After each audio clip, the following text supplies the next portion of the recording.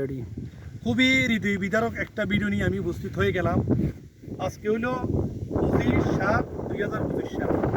গতকাল বাজে এখানে বিএসএফের গুলিতে আমাদের বাংলাদেশে সাইবাকে এলাকাতারে গুলি করে তার মধ্যে 2জন ভাই মারা গিয়েছে। আরেকজন ঢাকা মেডিকেল না, চট্টগ্রাম মেডিকেলে যে আইসিইউতে আছে, তার অবস্থা এখন যায়। কালকে না জানি কি সংবাদ আসে তার জন্য। এই ঘটনাটা আসলে মূলত ঘটছে এই জায়গাটার মধ্যে। তারা এই জায়গাটার মধ্যে এখানে একটা বর্ডার আছে, বর্ডার মধ্যে তারা কাঠের বেড়া আছে, এখানে তারা হয়তো ব্ল্যাক করার জন্য গেছে। আমার যতটুকু জানি আশেপাশে তথ্য থেকে তারা হেঁটে এখানে তো ব্ল্যাক করার জন্য গেছে, মানে যেটা আমদানি রপ্তানি যেটা করা হয় আর কি, আপনারা বর্ডার সাইডে যেসব কর্মকাণ্ডগুলো করা হয় এটা করানোর জন্য তারা গিয়েছিল। কিন্তু বিএসএফে তাদের যখন সীমানা যখন অতিক্রম করে, যখন এই কারবারে বেড়ার নিকটে যখন যায়, তখন তারা 1 রাউন্ড 2 রাউন্ড প্রায় 10-12 রাউন্ড আর ঘটনাস্থলে সাথে সাথে 2জন লোক মারা যায়। একজনকে বিএসএফ নিয়ে গেছে, এখনো তাকে দেয় নাই। আরেকজন হয়তো এই তদন্ত করার জন্য নিয়ে গিয়েছে, পোস্টমর্টম করার জন্য নিয়ে গিয়েছে, এখনো বাড়িতে লাশ আসে নাই। তবে ঘটনাটা ঘটছে গতকাল রাত 12টা বাজে। আজকে হইল 25 তারিখ, আজকে 25 তারিখ। তবে আরেকজন এই যে 3জন লোকে গুলিবিদ্ধ হয়েছে, 3জনকে টেনে হেঁচড়ে নিয়ে এসেছে আরেকজন লোক।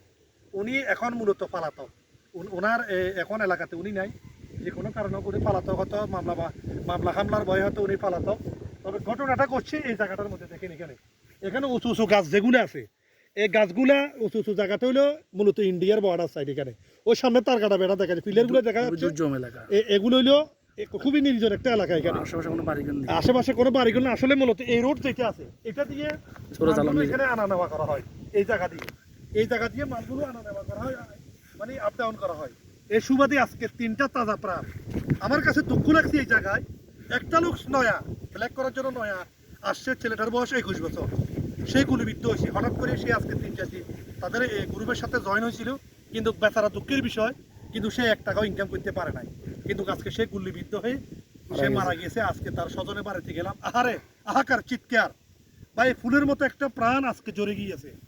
একা শুধু এক রাতে শুধু 5-6 হাজার টাকার লাভের আশায় মানুষ কেন 5-6 হাজার টাকার লাভের আশায় মানুষ কেন তার জীবনটাকে ডেঞ্জারের জন্য ফেলাই দেয়, এটা আমি বুঝি না। এই জন্য বিএসএফে অনবরত পারলে হয়তো তাদেরকে মানে ধাওয়া করি দূরে দিতে পারতো, গুলি না করে। তারা তো মানবিক না। আসলে আমরা যারা বাংলাদেশে বসবাস করতেছি জনগণ, আমাদের কি ইন্ডিয়ান লোকেরা মানুষ মনে করে না? এই জন্য কুকুরের মতো গুলি করে আমাদেরকে এইভাবে হত্যা করা হয়েছে। হ্যাঁ ঠিক আছে, তারা পেটের তাগিতে হতো মানে এই দেশ থেকে মালগুলা, আর বাংলাদেশের এই 66 জেলার মধ্যে প্রত্যেকটা বর্ডারের মধ্যে প্রত্যেকটা জায়গার মধ্যে বেলেগ হচ্ছে। তো এই জন্য কুকুরের মতো গুলি করে হত্যা করা এটা মোটেও শোভনীয় নয়। এই জন্য বিএসএফদেরকে আমি কি বলবো?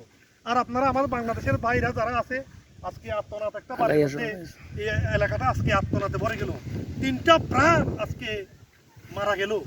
এই 3টা প্রাণের মধ্যে অলরেডি 2জনের মৃত্যুর সংবাদ শুনলাম, আর একজন চট্টগ্রাম মেডিকেলে আছে। এখন আমার প্রশ্ন হলো এই জায়গায় যে বিএসএফেরা যে তাদেরকে কুকুরের মতো গুলি করে আজকে যে হত্যা করলো, আসলে তারা কি মানবিক হতে পারতো না? দেখেন, হয়তো আমাদের বাইরা এদিক দিয়ে তারা এখানে ব্ল্যাক করতে গিয়েছে, তারা রং করেছে, কারণ এক দেশ থেকে যাওয়ার জন্য ভিসা প্রসেসিং পাসপোর্ট লাগে অবৈধ, ঠিক আছে। তাদেরকে আজকে তাদের ভুলের কারণে আজকে তাদের প্রাণটা দিতে হলো। ভাই এটা খুবই হৃদয় বিদারক একটা ঘটনা।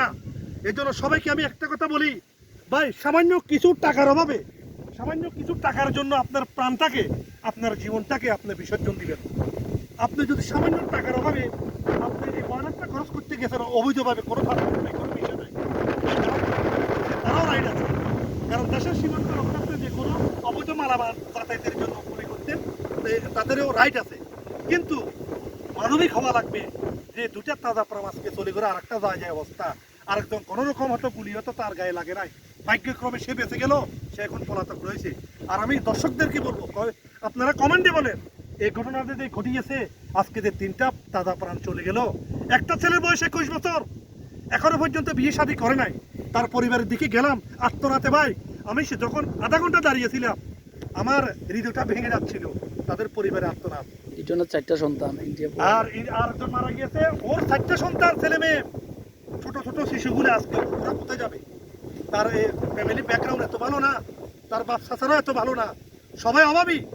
আজকে যে ছেলেটার ইনকাম দিয়ে তার 4টে সন্তান ভরণ পোষণের দায়িত্ব নিত, তাদেরকে খাওয়াইতো, পড়ালেখা করাইতো, আজকে তারা অনেক পিছনে চলে গেল, অনেক পিছনে। এই জন্য ভাইদের কি বলবো, ভিডিওটা অবশ্যই আপনারা শেয়ার করে দিবেন যেন জনগণ সবাই দেখতে পারে। আর যারা যারা বাংলাদেশে বসবাস করতেছেন, ইন্ডিয়ার লোকেরা আমাদেরকে ভালোবাসে না ভাই, ইন্ডিয়ার বিএসএফের লোকেরা আমাদেরকে ভালোবাসে না, আমাদেরকে শত্রু হিসেবে দেখে। এই জন্য কুকুরের মতো আমাদেরকে গুলি করে মারতেছে। এই জন্য বলবো, আপনারা যারা অবৈধ সীমান্ত গুড়া যাচ্ছেন, অবশ্যই পাসপোর্ট ছাড়া অবৈধভাবে আপনারা সীমান্ত পার দিবেন না ভাই। আপনাদের নিজের জানের মায়া থাকতে হবে। অর্থের জন্য, অর্থের লোভে পড়ে আপনারা আপনাদের তাজা পানটাকে এভাবে বিলিয়ে দিবেন না। এতটুকু বলা। আর ভিডিওটা কেমন হয়েছে অবশ্যই আপনারা কমেন্টে জানাবেন।